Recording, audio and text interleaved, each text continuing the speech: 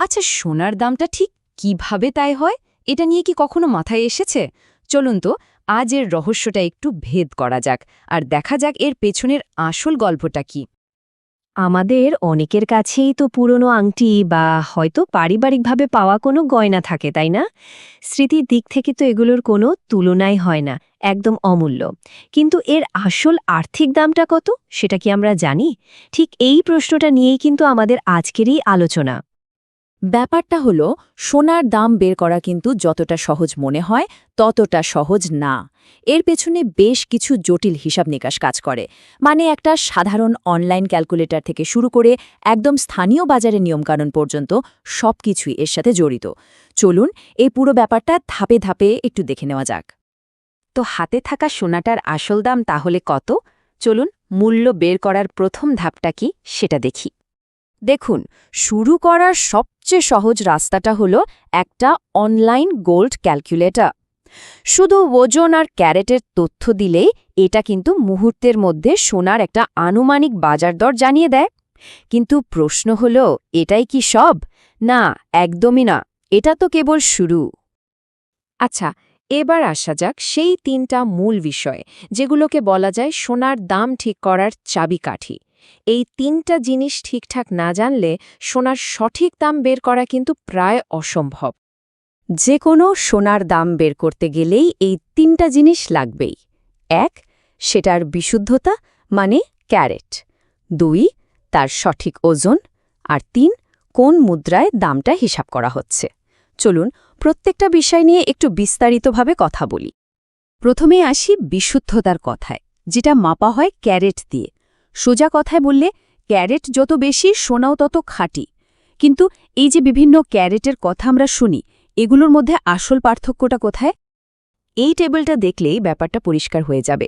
যেমন ধরুন, ২৪ ক্যারেট সোনা মানে এটা প্রায় ৯৯.৯% খাঁটি, এতে অন্য কোনো ধাতু মেশানোই থাকে না। আবার অন্যদিকে গয়না বানানোর জন্য যে ২২ ক্যারেট খুব জনপ্রিয়, সেখানে ৯১.৭% সোনা থাকে আর বাকি ৮.৩% অন্যান্য ধাতু মেশানো হয়। কেন? কারণ এতে গয়নাটা অনেক বেশি টেকসই বা মজবুত হয়। এরপর দ্বিতীয় যে চাবিকাঠি সেটা হলো ওজন। তবে এখানে কিন্তু একটা খুব জরুরি বিষয় আছে, আর সেটা হলো ওজনটা ঠিক কোন এককে মাপা হচ্ছে। কারণ এক এক দেশে এক এক রকম একক ব্যবহার হয়, আর এই এককের উপর ভিত্তি করে দামের কিন্তু আকাশ পাতাল তফাত হয়ে যেতে পারে। দেখুন, আন্তর্জাতিক বাজারে সোনার ওজন মাপা হয় ট্রয় আউন্সে, কিন্তু আমাদের এদিকে মানে বাংলাদেশ বা ভারতে তোলা বা ভরি শব্দ দুটো অনেক বেশি পরিচিত আর প্রচলিত। আর মজার ব্যাপার কি জানেন, এই দুটো এককের মান কিন্তু একই, ১১.৬৬৪ গ্রাম। আর সব শেষে ৩ নম্বর চাবিকাঠিটা হলো মুদ্রা বা কারেন্সি। বিশ্বজুড়ে সোনার দাম কিন্তু সাধারণত মার্কিন ডলারে ঠিক করা হয়, কিন্তু আমরা যখন স্থানীয় বাজারে সোনা কিনতে যাই তখন সেই ডলারের দামটা আমাদের দেশের মুদ্রায় বদলে যায়। আর এই কারণেই কিন্তু দামের ওপর একটা বড় প্রভাব পড়ে। আচ্ছা, এবার একটা খুব জরুরি বিষয় বুঝতে হবে। সব সোনার দাম কিন্তু একরকম হয় না। মানে সোনাটা কি, বিনিয়োগের জন্য কেনা একটা সোনার বার, নাকি পরার জন্য বানানো গয়না, অথবা কোনো পুরনো ভাঙা গয়না, এটার উপর ভিত্তি করে কিন্তু দামের অনেক বড় একটা পার্থক্য হয়ে যায়। যেমন ধরুন, বিনিয়োগের জন্য যে নতুন সোনার বার বা কয়েন কেনা হয়, সেটার দাম সরাসরি আন্তর্জাতিক বাজার দরের সাথে সাথে ওঠানামা করে। কিন্তু পুরনো বা ভাঙা গয়না যখন বিক্রি করতে যাওয়া হয়, তখন সেটাকে স্ক্র্যাপ গোল্ড হিসেবে ধরা হয়, আর সেটার দাম থেকে গলানোর খরচ, খাত বাদ দেওয়া, এই সব কারণে দামটা কিছুটা কম পাওয়া যায়। এখানে আরেকটা মজার বিষয় আছে, যেটাকে বলে বিড আস্ক স্প্রেড। ব্যাপারটা অনেকটা টাকা বা ডলার ভাঙানোর মতো। যে দামে ডলার কেনা হয়, ঠিক সেই দামে কিন্তু বিক্রি করা যায় না, তাই না?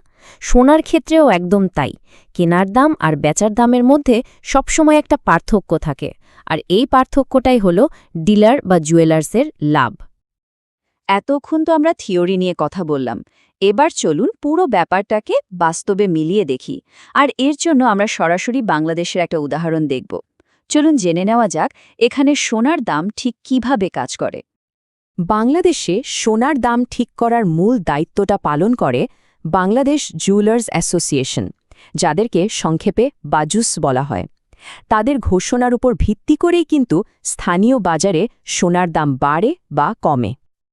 আর বাংলাদেশের বাজারের সোনার দাম বুঝতে গেলে একটা একক খুব ভালোভাবে জানতে হবে, আর সেটা হলো ভরি। এখানকার স্থানীয় বাজারে সোনা মাপা হয় এই ভরির হিসাবেই। আর আমরা তো আগেই জেনেছি 1 ভরি মানে হল 11.664 গ্রাম। তো চলুন এবার একদম ধাপে ধাপে একটা হিসাব দেখা যাক। একজন ক্রেতাকে যখন 1 ভরি 22 ক্যারেট সোনার গয়না কিনতে হয়, তখন তার চূড়ান্ত দামটা কিভাবে তৈরি হয়? হিসাবটা শুরু হয় সোনার মূল দাম বা বেস প্রাইস দিয়ে।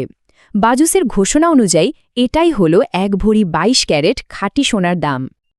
এরপর এই মূল দামের সাথে যোগ হয় গয়নাটা বানানোর মজুরি বা মেকিং চার্জ। এটা ডিজাইনের ওপর নির্ভর করে কম বেশি হতে পারে, কিন্তু একটা ন্যূনতম মজুরি কিন্তু সবসময়ই দিতে হয়। আর সবশেষে কি হয়? সোনার মূল দাম আর মজুরি যোগ করে যে টাকাটা হলো, তার উপর আরও 5% ভ্যাট যোগ করা হয়। এই সব কিছু মিলেই কিন্তু একজন ক্রেতার জন্য গয়নাটার ফাইনাল দামটা দাঁড়ায়। তাহলে এতক্ষণের এই পুরো আলোচনা থেকে আমরা আসলে কি কি শিখলাম? চলুন মূল বিষয়গুলো এক নজরে আবার দেখে নিই। তাহলে মূল কথাগুলো হলো, প্রথমত সোনার দাম নির্ভর করে 3টে জিনিসের ওপর: বিশুদ্ধতা, ওজন আর মুদ্রা। দ্বিতীয়ত, বিনিয়োগের সোনা আর পুরনো গয়নার দাম কিন্তু একভাবে হিসাব করা হয় না।